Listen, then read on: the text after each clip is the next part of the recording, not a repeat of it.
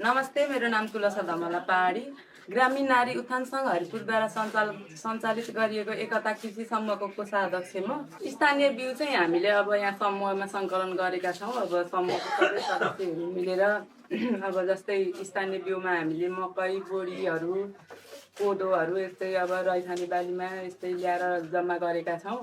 यो चाहिँ अब किन यसरी जम्मा गर्ने भन्दा हाम्रो यो अब समूहमा राखेर सबैले साथीहरूले ल्याएर यहाँ सङ्कलन गरेर चाहिँ आफूलाई फेरि लगेर बिउ रोप्नलाई सजिलो हुन्छ भनेर हामीले यहाँ समूहमा ल्याएर राखेका छौँ।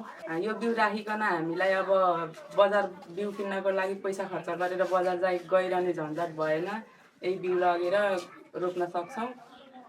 अनि स्थानीय बिउ चाहिँ अब हामीले कसरी लान्छौँ भनेदेखि अब आफूलाई चाहियो भने यहाँको बिउ लिएर जाने अनि लिएर गएर आफूले घरमा रोप्ने अनि उत्पादन गरेर फेरि त्यो बिउ यहीँ ल्याएर सङ्कलन गर्छौँ। समूहमै ल्याएर अब अरूलाई पनि लानु पर्दाखेरि चाहिन्छ भनेर हामीले सङ्कलन गरिरहेका छौँ। स्थानीय बिउ राख्नको लागि त अब बिउमा सकेसम्म पहिला फलेको नटिपिकन बिउको लागि भनेर राख्ने चलन छ हाम्रो। स्थानीय बिउ राख्ने भयौँ भनेदेखि पहिला फलेको यो चाहिँ राम्रो हुन्छ, यो चाहिँ अर्कोचोटि धेरै उत्पादन हुन्छ यसले भनेर अलि राम्रो हेर्दा झरिलो अलि राम्रो परेको कुन छ अब के को बिउ राख्नुपर्छ त्यही अनुसारको अलि राम्रो हेरेर छानेर बिउको लागि भनेर पहिल्यै जोगाएर राख्छौँ।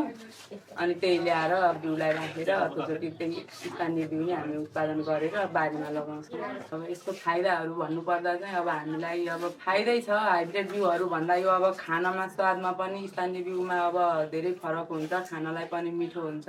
बिउ किन्नलाई अब हामीलाई पहिला चाहिँ अब बजारबाट बिउ किनेर ल्याउँदा उहाँको बिउ अब हामीले किलोकै 600-700 रुपियाँ किलो ल्याएर रोप्नु पर्थ्यो। अहिले अब हामीले त्यो बिउको लागि यहीँ समूहमा सङ्कलन गरेर चाहिँ त्यही बिउ रोप्दाखेरि हामीलाई अहिले सजिलो भइरहेको छ। अनि फेरि हाइब्रिड बिउ चाहिँ कस्तो हुन्छ भने अब हामीले हाइब्रिड बिउ किनेर ल्याउने बेलामा लगभग हामीले मकैहरू लगाउँदा नि हाइब्रिड मकै बिउको लागि किन्नु पर्यो भने किलोकै 800-900 रुपियाँ 1000 रुपियाँसम्म लाएर किन्नु पर्ने हुन्छ। अनि अब यसरी किनेर ल्याउँछौँ, फेरि अब त्यही बिउ अर्कोचोटिलाई फेरि राखौँ भनेर हाइब्रिड बिउ हामीले राख्यौँ भने त्यो बिउ लाग्दैन हाम्रो बारीमा, त्यो बिउ हामीलाई हुँदैन। अब स्थानीय बिउ चाहिँ हामीले आफैले फलायौँ, आगोमलाई पनि यही छानेर राम्रो बिउलाई राख्छु भनेर राख्यो भनेदेखि हामीलाई त्यो स्थानीय बिउ राम्रोसँग लाग्छ पनि। यदि हामीलाई भोलि केही गरी अब बजारमा बिउ किन्न जाँदाखेरि पनि अब हामीले हाइब्रिड बिउहरू पाएनौँ, अब जस्तै किसानहरू बिउ हाइब्रिडै लगाउँछु भनेर बजार गयौँ, बजार जाँदा पनि हामीले किन्न पाएनौँ भनेदेखि बजारमा बन्द भएर केही भएर बिउहरू पाइएन भनेदेखि चाहिँ हामीले यहाँ आफूले राखेको स्थानीय बिउ लगाउँछौँ।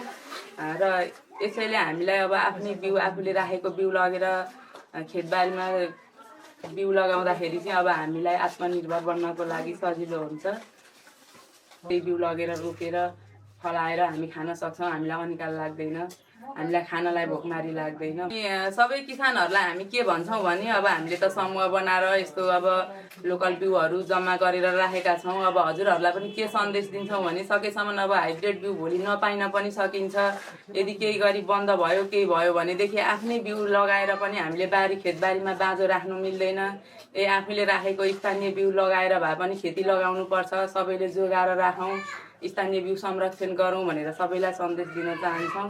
सकेसम्म हाइब्रिड बिउहरू हटाउँ, हाम्रो स्थानीय बिउ लोकल बिउहरू लगाउँ, सबैमा राम्रो हुन्छ। खानको लागिदेखि लिएर आम्दानीदेखि लिएर सबै थोकमा राम्रो हुन्छ भनेर एउटा जानकारी गर्न चाहन्छु।